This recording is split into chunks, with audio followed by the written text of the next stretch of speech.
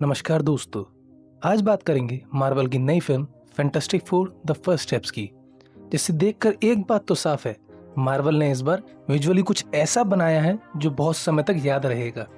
तो आइए जानते हैं इस फिल्म की पूरी कहानी और अच्छे और कमजोर पहलू, और क्या ये फिल्म वाकई एमसीयू को एक नई दिशा देता है या नहीं।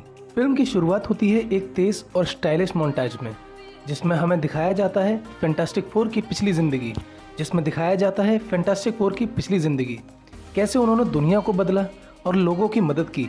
ये पूरा हिस्सा सिर्फ 15 मिनट में ख़त्म कर दिया गया है, लेकिन अच्छे विजुअल्स और 60s की रेट्रो फ्यूचर फील के कारण ये देखने में काफ़ी एंगेजिंग लगता है। इसके बाद एंट्री होती है सिल्वर सर्फर की, जो पृथ्वी पर एक संदेश लेकर आती है और कहती है कि गैलेक्टस ने इस ग्रह को अपनी खुराक के रूप में चुन लिया है। लोग अब नजरें टिकाते हैं फैंटास्टिक फोर पे कि अब हमारे हीरोज क्या करेंगे। रीड रिचर्ड्स और उनकी टीम फैसला करते हैं कि वो स्पेस जाकर खुद गैलेक्टस से नेगोशिएट करेंगे, और जब वे गैलेक्टस के सामने पहुंचते हैं, भाई साहब, गैलेक्टस का जो आकार है, उसकी जो स्क्रीन प्रेजेंस है, वो डर पैदा कर देती है। उसकी आवाज़ भारी, धीमी और गूंजदार है, जैसे कोई ब्रह्मांड बोल रहा है। यहीं आता है असली टर्निंग पॉइंट। सू स्ट्रॉम प्रेग्नेंट है और उसका बेटा फ्रैंकलिन रिचर्ड्स एक ऐसी शक्ति लेकर आने वाला है जिसे गैलेक्टस भी महसूस कर लेता है। गैलेक्टस एक डील देता है, मुझे वो बच्चा दे दो और मैं पृथ्वी छोड़ दूंगा। फैंटास्टिक फोर इस प्रस्ताव को साफ मना कर देते हैं, और फिर शुरुआत होती है एक ज़बरदस्त चेस सीक्वेंस की, जहां सिल्वर सर्फर हमारे हीरोज़ का पीछा करती है। इस सीक्वेंस में हमें ब्लैक होल की झलक मिलती है, जो फिल्म के सबसे शानदार विजुअल मूवमेंट्स में से एक है। और ये कहना गलत नहीं होगा कि मार्वल ने यहाँ हमें पीक डिलीवर किया है, और ये मूवी का बेस्ट सीक्वेंस है। जब टीम पृथ्वी लौटती है और सबको बताती है कि गैलेक्टस उनके बच्चे को चाहता है, तो जनता भड़क उठती है। एक राजनीतिक दुविधा खड़ी हो जाती है, कुछ लोग साथ हैं, कुछ विरोध में। रीड फिर एक नया प्लान बनाता है, द ब्रिज नाम की एक मशीन। इस मशीन को बनाकर पूरी पृथ्वी को एक ऐसी जगह टेलीपोर्ट करना चाहता है जहाँ गैलेक्टस ना पहुँच सके, लेकिन सिल्वर सर्फर एंड में आती है और सारी मशीनें तबाह कर देती है। अब मैदान में आता है ह्यूमन टॉर्च, और वो सिल्वर सर्फर को उसकी तबाही की याद दिलाता है, जिससे उसे पछतावा जागता है। रीड फिर प्लान बदलता है। अब फ्रैंकलिन रिचर्ड्स को एक चारे की तरह इस्तेमाल किया जाता है ताकि गैलेक्टस को ही टेलीपोर्ट किया जा सके। गैलेक्टस जब पृथ्वी पर आता है तो पूरा सीन थिएटर में विजुअली ब्रेथ टेकिंग है। उसका आना, उसका आकार, उसका साउंड डिज़ाइन सच में डराने वाला है। हीरोज प्लान को अंजाम देने की कोशिश करते हैं। सू स्ट्रॉम अपनी पूरी ताकत झोंक देती है गैलेक्टस को मशीन की ओर ढकेलने में।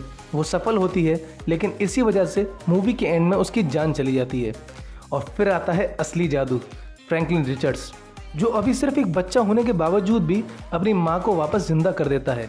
हमें यहाँ पहली बार फ्रैंकलिन की असली शक्तियों की झलक मिलती है।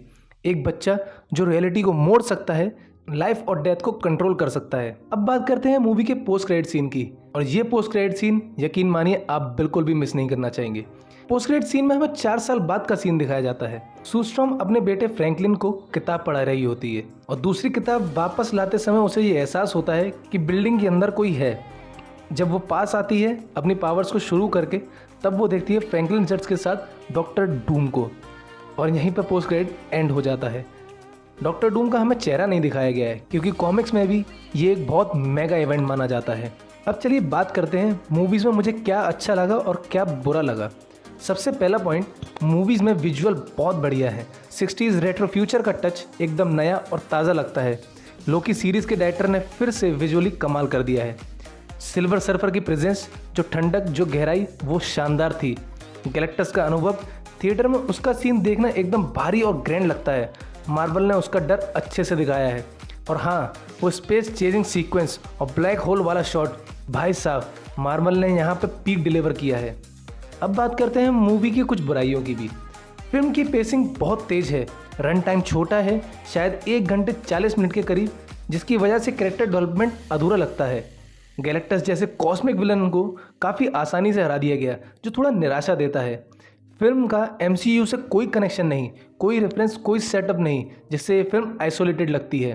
तो अंत में मैं सिर्फ इतना ही कहूँगा कि fantastic four the first step एक विजुअली शानदार फिल्म है। इसकी सिनेमेटोग्राफी, साउंड डिज़ाइन और नए अंदाज की कहानी इससे अलग बनाती है। हालांकि इसकी तेज़ गति और कम कनेक्टिविटी के कारण कुछ लोगों को अधूरा भी लग सकता है। अगर आपको ये रिव्यू पसंद आया तो वीडियो को लाइक और चैनल को सब्सक्राइब ज़रूर कर दें। मिलते हैं अगली वीडियो के अंदर।